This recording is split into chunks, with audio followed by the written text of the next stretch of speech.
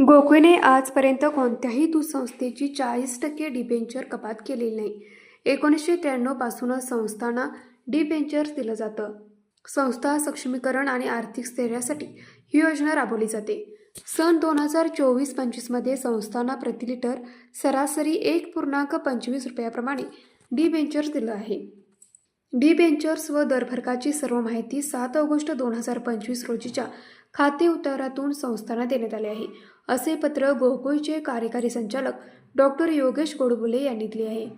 Debenture कोणतीही नवीन योजना नसून सन 1993 पासून राबवण्यात येत आहे. दरवर्षी 31 मार्च रोजी ताळेबंद वार्षिक सर्वसाधारण सभेसमोर मंजुरीसाठी ठेवला जातो. त्यानुसार सन 2024-25चा ताळेबंद सभेत एकमताने मंजूर करण्यात आल्यामुळे त्याची अंमलबजावणी करणे बंधनकारक आहे. गोकुळला सन 2024-25 या आर्थिक वर्षात 215 कोटी 87 लाख इतका व्यापारी नफा झालाय. 136 कोटी रुपये अंतिम दूध दर फरक म्हणून वितरित करून देशातील क्रमांक 1चा दूध संघ म्हणून गोकुळने ओळख मिळवली. 2024-25 मध्ये गोकुळने म्हैस दूध उत्पादकांना सरासरी 2.45 रुपये आणि गाय दूध उत्पादकांना सरासरी 1.45 रुपये प्रति लिटर याप्रमाणे 136 कोटींचा अंतिम दर फरक दिलाय. या दरात डिबेंचर कपात केलेली नाही.